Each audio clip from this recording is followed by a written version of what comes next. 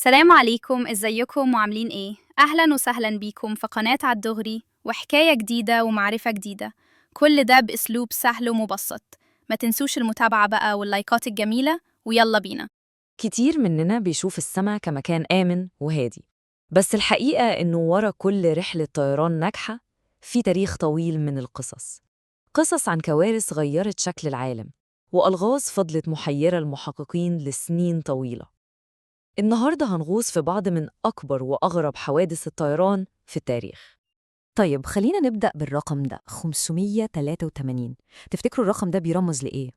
ده مش مجرد رقم على الشاشة، ده عدد الأرواح اللي ضاعت في أسوأ كارثة جوية حصلت في التاريخ كله. 583 إنسان. ده تذكير مؤلم جدا. إزاي غلطة واحدة بسيطة في الجو ممكن في لحظة تتحول لمأساة ملهاش مثيل. القصص اللي هنتكلم عنها النهاردة فيها اللي غير العالم فعلاً، وفيها اللي طلع مجرد خيال وأساطير. فيلا بينا ندخل في الموضوع على طول ونحاول نفرق بين الحقيقة والخيال، وبين المأساة اللي حصلت بجد والأسطورة اللي الناس صدقتها. أول حاجة أكبر الكوارث الجوية. هنتكلم عن الحوادث اللي كانت بمثابة جرس إنذار لصناعة الطيران كلها، وأجبرتها تواجه أكبر أخطائها. يا جماعة، كارثة مطار تناريفي اللي حصلت سنة 77 دي تعتبر مثال حي ومباشر على اللي بنسميه تأثير الدومينو. يعني ما كانش فيه غلطة واحدة كبيرة هي السبب، لأ، دي كانت سلسلة طويلة من الأخطاء الصغيرة مع شوية سوء حظ اتجمعوا مع بعض عشان يعملوا أكبر كارثة طيران في التاريخ. تعالوا نمشي مع الأحداث واحدة واحدة عشان نفهم الموضوع حصل إزاي. القصة بتبدأ بحاجة بعيدة خالص، تهديد بوجود قنبلة في مطار، فكل الطيارات اتحولت لمطار تاني صغير وما كانش مستعد للزحمة دي. ضيف على الزحمة دي إن فجأة نزل ضباب كثيف جدا لدرجة إن ما حدش كان شايف حاجة، لا البرج شايف الطيارات ولا الطيارين شايفين بعض. وفي وسط الفوضى دي كلها حصل سوء فهم بسيط في التواصل، غلطة في الكلام كانت هي الشرارة اللي ولعت في كل ده.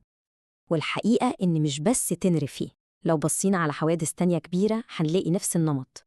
الكارثة عمرها ما بيبقى ليها سبب واحد. زي ما شايفين، ساعات بتبقى مشكلة في الصيانة، وساعات عيب في تصميم الطيارة نفسها، وأوقات تانية مجرد خطأ بسيط في التواصل. كل نقطة ضعف من دول مهما كانت صغيرة ممكن تكون هي بداية لمأساة كبيرة. طيب، كل الحوادث اللي فاتت دي مهما كانت مأساوية كان ليها سبب واضح في الآخر. بس تخيلوا معايا لو الكارثة مش مجرد حادثة، لا، دي اختفاء تام، طيارة بحالها تتبخر في الهواء. هو ده بالظبط اللي حصل في لغز الرحلة الماليزية MH370. هنا القصة مش عن إجابات مؤلمة، لا، دي قصة عن أسئلة لسه ملهاش إجابة لغاية النهاردة. الموضوع ما كانش مجرد حادثة عادية ليها سبب واضح، لأ، ده كان اختفاء غامض بمعنى الكلمة، حير العالم كله. الغموض كله موجود في تفاصيل اللي حصل بالظبط. تخيلوا، الطيارة بتقلع عادي جدا، وبعدها بفترة نسمع آخر رسالة من مساعد الطيار، رسالة هادية جدا بيقول فيها تمام، ليلة سعيدة. بعدها بدقيقتين بالظبط جهاز الإرسال بتاع الطيارة بيتقفل، وفجأة الطيارة بتختفي من على كل الرادارات. لكن الغريب إنها فضلت تبعت إشارات خفيفة للأقمار الصناعية لمدة 7 ساعات كمان. ده معناه إنها كانت لسه طايرة. السيناريو ده مش شبه أي عطل فني، ده أقرب لحاجة اتعملت عن قصد. وطبعاً السؤال اللي شغل العالم كله كان الطيارة راحت فين؟ السؤال ده فضل يتردد للسنين، والإجابة عليه ما كانتش سهلة. اتعملت واحدة من أكبر وأغلى عمليات البحث في التاريخ، شاركت فيها أكتر من 12 دولة بسفن وطائرات ومعدات، لكن للأسف رغم كل النظريات اللي اتقالت من أول إنه الطيار هو اللي عمل كده، أو إنها اتخطفت، أو حصل عطلة فني مفاجئ، كل نظرية من دول كان فيها ثغرات وأسئلة محدش عارف يرد عليها. ورغم إنهم لقوا كام قطعة حطام صغيرة، إلا إن جسم الطيارة الرئيسي والصناديق السوداء اللي فيها كل الأسرار عمرهم ما تلاقوا. وعشان كده لغز MH370 بيفضل واحد من أكبر ألغاز الطيران في التاريخ الحديث. طيب، احنا كده اتكلمنا عن كارثة حقيقية ولغز حقيقي. دلوقتي بقى تعالوا ننتقل من الواقع لقصة تانية تبان كأنها خيال علمي، قصة بتتحدى كل قوانين الفيزياء والمنطق. تخيلوا بس الموقف ده، برج مراقبة جوية يستقبل مكالمة من طيار بيقول إحنا رحلة بان أم 914 من نيويورك لميامي. المشكلة إن الرحلة دي أقلعت من 37 سنة واختفت. القصة بتقول إن الطيارة دي اللي أقلعت سنة 1955 مش بس ضلت طريقها، لا، دي سافرت عبر الزمن وهبطت في مطار تاني خالص سنة 1992، يعني متأخرة 37 سنة عن ميعادها. طبعاً قصة زي دي بتخطف الأنفاس وتخلينا نفكر، هل فعلاً ممكن طيارة تسافر عبر الزمن؟ هل ده ممكن يحصل بجد؟ والإجابة البسيطة والمباشرة هي لأ. القصة دي من أولها لآخرها متفبركة.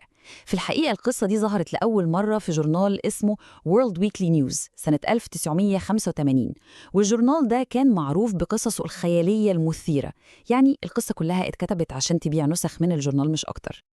والقصة دي بتورينا الفرق الكبير بين لغز حقيقي ومحير زي بتاع الطيارة الماليزية وبين مجرد أسطورة أو قصة خيالية. قصة الطيارة 914 دي مع إنها مسلية إلا إنها بتوضحها إزاي ممكن الناس تصدق أي حاجة مثيرة حتى لو كانت مش حقيقية خالص. طيب خلينا نرجع تاني للكوارث الحقيقية، لأن من قلب كل مأساة بيطلع درس مهم. يمكن أهم جزء في حكايتنا النهاردة هو إزاي الكوارث دي على قد ما كانت مؤلمة إلا أنها كانت السبب المباشر في إن الطيران النهاردة بقى آمن أكتر بكتير. بعد كل كارثة صناعة الطيران كانت بتقف وتتعلم. بدأوا يحسنوا بروتوكولات الاتصال عشان ما يحصلش لخبطة، فرضوا إجراءات صيانة أدق وأكتر صرامة، غيروا في تصميم الطيارات عشان يتفادوا الأخطاء القديمة، ودربوا الطيارين بشكل مكثف على التعامل مع حالات الطوارئ. يعني مثلا بعد كارثة تنريفي اتفق العالم كله على استخدام جمل وعبارات إنجليزية موحدة وواضحة في التواصل بين الطيارين وأبراج المراقبة، ده عشان يمنعوا أي سوء فهم ممكن يحصل. وحادثة تانية زي بتاعة الخطوط التركية اللي كان سببها عيب في تصميم باب الشحن خلت الشركات تعيد تصميم كل أبواب الشحن في العالم عشان تبقى أقوى وأكتر أمانة. والنتيجة واضحة جداً قدامنا. لو بصينا على عدد الحوادث من السبعينات ولغاية النهاردة هنلاقي إنها بتقل بشكل كبير جداً، ده رغم أن عدد الطيارات والرحلات في السماء زاد أضعاف مضاعفة. ببساطة كل كارثة كانت بتعلمنا درس، والدروس دي خلت الطيران النهاردة هو واحد من أكتر وسائل النقل أماناً في العالم. في النهاية لما بندرس الكوارث دي سواء الحقيقية أو حتى المتخيلة بنكتشف حقيقة مهمة جدا، إن التقدم والنجاح غالباً بيجوا من رحم الفشل. القصص دي مش مجرد حكايات حزينة عن الخسارة، لأ، دي فصول في قصة أكبر عن إصرار الإنسان على إنه يتعلم من أخطائه ويبقى أفضل. وده بيسيبنا مع سؤال مهم للمستقبل. مع التطور التكنولوجي الرهيب ودخول الذكاء الاصطناعي والطيارات ذاتية القيادة، يا ترى إيه شكل التحديات اللي جاية؟ هل هنقضي على الأخطاء البشرية تماماً ولا هتظهر لنا مشاكل جديدة ما كناش نتخيلها؟ المستقبل لسه بيتكتب والإجابات لسه في علم الغيب. شكراً جداً لمتابعتكم.